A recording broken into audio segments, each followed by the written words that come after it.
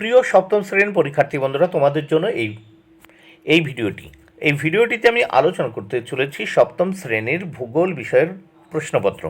সপ্তম শ্রেণীর ভূগোল বিষয়ের ফাইনাল প্রশ্নপত্র বা তৃতীয় পর্যায়ক্রমিক মূল্যায়নপত্র 2024। এই ভিডিওটিতে উত্তরসহ আলোচনা করতে চলেছি। পূর্ণমান 70, সময় 2 ঘন্টা 30 মিনিট। সম্পূর্ণ সিসি পদ্ধতি অনুসরণ করে প্রশ্নপত্রটি তৈরি হয়েছে। প্রথমে দেখে নেওয়া যাক এক দাগে কী বলেছে। এক দাগে বলেছে সঠিক উত্তরটি বেছে নিয়ে লেখো। 10টি প্রশ্নের উত্তর করতে হবে, 10 মার্ক। প্রত্যেকটি প্রশ্নের জন্য 1 মার্ক করে বরাদ্দ। প্রথম 1-এর 1, এর মধ্যে কোনটি একটি রূপান্তরিত শিলার উদাহরণ? উত্তর হবে মার্বেল। 2 নম্বর প্রশ্ন, রাষ্ট্রসংঘের মত অনুযায়ী দিনে কত পরিমাণ শুদ্ধ জল প্রয়োজন একজন মানুষের? উত্তর 20 লিটার। 3 নম্বর প্রশ্ন, এর মধ্যে কোনটি ভারতের একটি অন্তর্বাহিনী নদী? উত্তর লুনি। 4 নম্বর প্রশ্ন, ভূমধ্যসাগরের আলোকে স্তম্ভ বা ভূমধ্যসাগরের আলোক স্তম্ভ কাকে বলে? উত্তর স্ট্রমলিকে। নেক্সট আমরা দেখব 5 নম্বর প্রশ্ন, এর মধ্যে ক্যাডমিয়াম দূষণের ফলে কোন রোগটির সৃষ্টি হয়? উত্তর ইতাই। 6 নম্বর প্রশ্ন, ইউরোপের মহাদেশীয় জলবায়ুতে অবস্থিত তৃণভূমির নাম? উত্তর স্টেপ। 7 নম্বর প্রশ্ন, হলদিয়া অঞ্চলে শিল্পের বিকাশের কারণে কোন মাছের উৎপত্তি কমেছে? উত্তর ইলিশ মাছ। 8 নম্বর প্রশ্ন, সিমেন্ট শিল্পে যে শিলাটি প্রয়োজন তা হলো? উত্তর পাললিক শিলা। নেক্সট আমরা দেখব 9 নম্বর প্রশ্ন, কোন শিলার কাঠিন্যতা সব থেকে বেশি? উত্তর রূপান্তরিত শিলা। 10 নম্বর প্রশ্ন, যে নদীতে সারা বছর জল থাকে তাকে বলে? উত্তর নিত্যবহ নদী। এবার 2 দাগের প্রশ্ন, নিচের 6টি প্রশ্নের উত্তর দাও। 6 মার্ক। প্রত্যেকটি প্রশ্নের জন্য 1 মার্ক করে বরাদ্দ। তাহলে দেখে নেওয়া যাক 2-এর 1, ভোপাল গ্যাস দুর্ঘটনা কত সালে হয়? উত্তর 1984 সালে।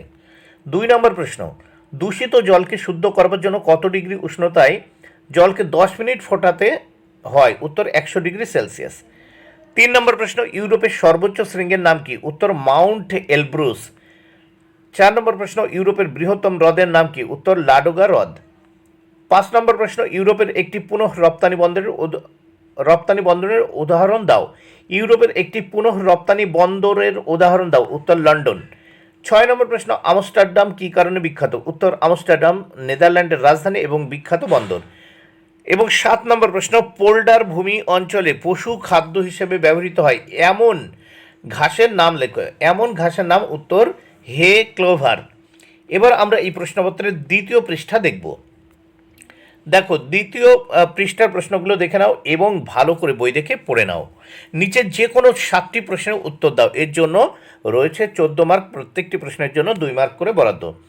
3-এর 1, রেগোলিথ কাকে বলে? 2, আগ্নেয়শিলার 2টি বৈশিষ্ট্য লেখো। 3, ইউট্রিফিকেশন বলতে কী বোঝো?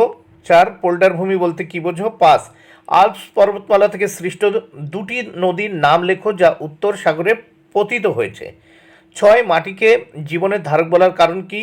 7, ট্রাক ফার্মিং কৃষি বলতে কী বোঝো? 8, লন্ডন অববাহিকার অবস্থান সম্পর্কে লেখো।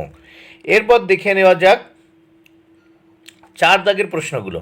4 দাগে কী বলেছে? নিচে যে কোনো 5টি প্রশ্নের উত্তর দাও। এর জন্য রয়েছে 15 মার্ক। প্রত্যেকটি প্রশ্নের জন্য 3 মার্ক করে বরাদ্দ।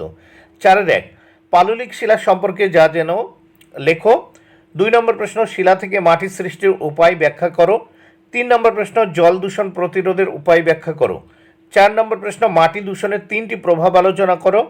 5 নম্বর প্রশ্ন, ইউরোপ মহাদেশের তুন্দ্রা ও ভূমধ্যসাগরীয় জলবায়ু সম্পর্কে যা জানো লেখো। 6 নম্বর প্রশ্ন, রুড় শিল্পাঞ্চলের প্রাকৃতিক পরিবেশ সম্পর্কে ব্যাখ্যা করো।